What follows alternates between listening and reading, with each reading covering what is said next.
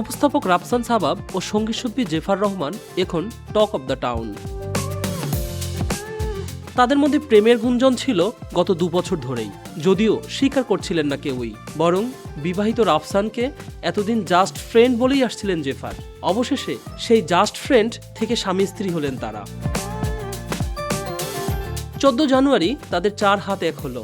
ঢাকার অদূরে একটি রিসোর্টে বিয়ের আনুষ্ঠানিকতা সম্পন্ন হয়। গায়িকা জেফারের প্রথম বিয়ে এটি, তবে উপস্থাপক রাফসানের এটি দ্বিতীয় বিয়ে। এর আগে রাফসান এক চিকিৎসককে বিয়ে করেছিলেন। 3 বছরের সেই সংসার ভেঙে যায় 2023 সালে। এই বিচ্ছেদের কদিন আগেই শুরু হয় জেফার ও রাফসানের প্রেমের সম্পর্ক নিয়ে কথা। তখন অনেকেরই মন্তব্য ছিল জেফারের সঙ্গে সম্পর্কের কারণেই সংসারটা টেকেনি। শেষমেশ সেই গুঞ্জনে পাকাপাকি সিলমোহর যোগ হলো। Captain's TV, Dhaka.